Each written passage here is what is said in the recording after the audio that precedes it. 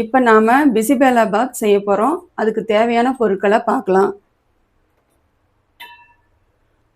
1 cup அரிசி எடுத்துப்போம்.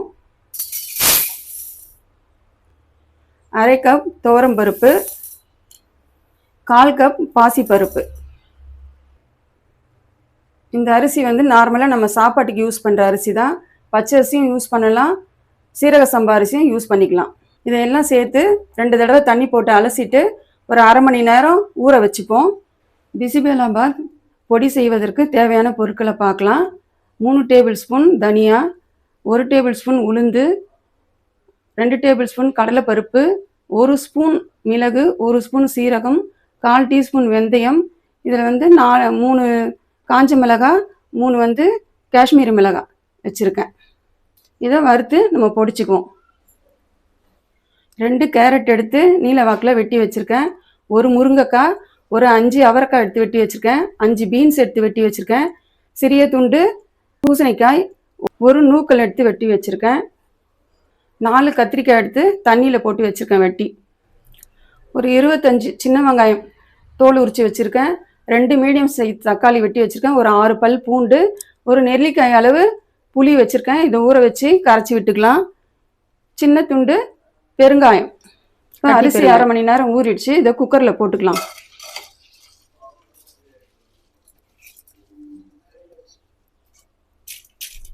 இப்போ நம்ம 1 கப் அரிசி, 3/4 கப்பு பருப்பு ஊற வச்சுருக்கோம். இதுக்கு தேவையானது 5 கப்பு தண்ணி விட்டுருக்கேன். இதுக்கு தண்ணி கொஞ்சம் தாராளமாகவே வைக்கணும். பெருங்காயம் ஒரு துண்டு போட்டுக்கிறேன். எடுத்து வச்ச பூண்டை போட்டுக்கிறேன். இப்போ குக்கர் மூடிட்டு 3 விசில் வந்ததும் இறக்கிக்கலாம்.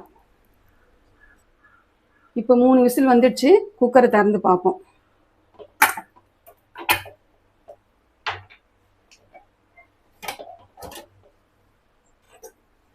பாருங்க, சாதம் நல்லா குழைய வெந்துடுச்சு. இப்போ எடுத்து வச்ச இந்த மசாலா பொருட்கள்லாம் நல்லா வறுத்துக்கலாம்.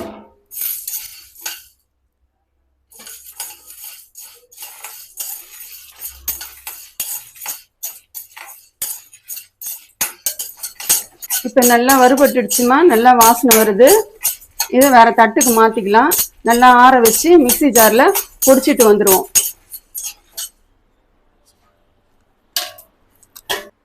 இப்போ 1 டேபிள் ஸ்பூன் எண்ணெய் ஊற்றிக்குவோம். வெங்காயத்தை போட்டுக்குவோம். வெங்காயம் நல்லா வதங்கட்டுங்க.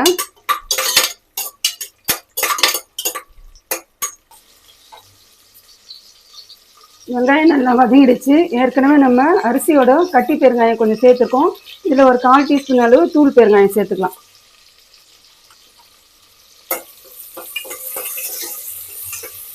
இப்போ தக்காளியை சேர்த்துக்கலாம்.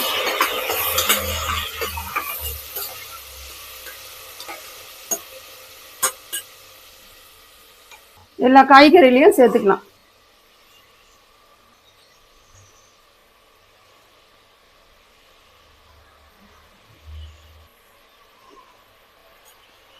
இதெல்லாம் கலந்து விட்டுருவோம்.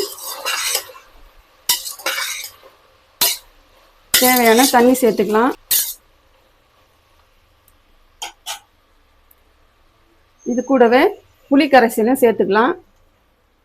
வறுத்து பொடிச்சு வச்ச அந்த பொடியும் சேர்த்துக்கலாம். இதோட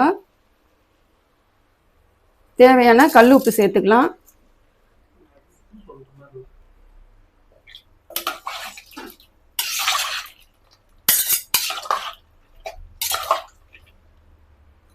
இப்போ ஒரு தட்டு போட்டு மூடிடுவோம். காய் கொஞ்ச நேரம் வேகட்டும்.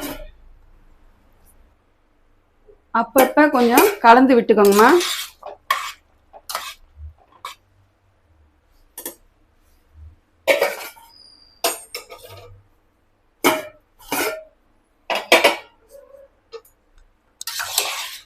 இப்போ காய் நல்லா வெந்து வந்துடுச்சு.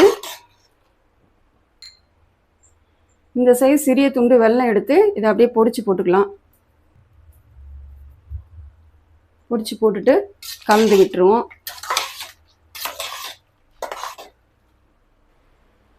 இப்போ குக்கரில் வச்ச சாதத்தை இதோட சேர்ந்து கலந்து விட்டுக்கலாம்.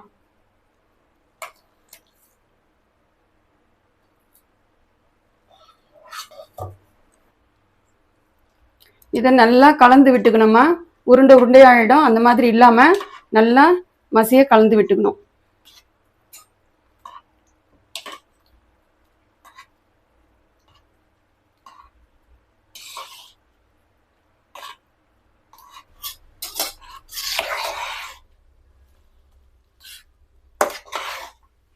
இப்போ நல்லா கலந்து விட்டாச்சு.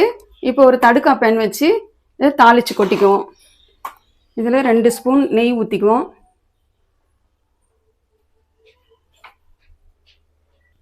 நெய் நல்லா காஞ்சதும் 10 முந்திரி வறுத்துப்போம். இதில்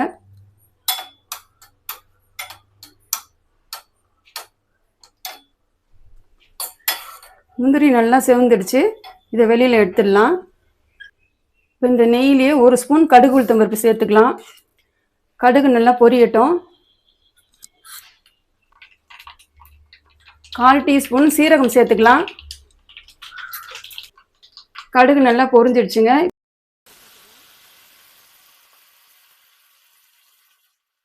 கருவேப்பிலையும் போட்டு கருவேப்பிலையும் நல்லா பொரிஞ்சிடுச்சு. இப்போ இந்த தாளிப்பை இந்த பிசிபெல்ல வாத்தில் சேர்த்துக்கலாம். வறுத்து வச்ச முந்திரியும் சேர்த்துக்கலாம்.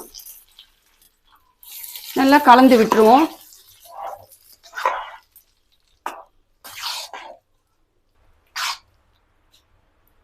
கொத்தமல்லி விலையும் தூவி விட்டுக்கலாம். அவ்வளோதாங்க, சுவையான பிசிபெல்லாபாத் ரெடி.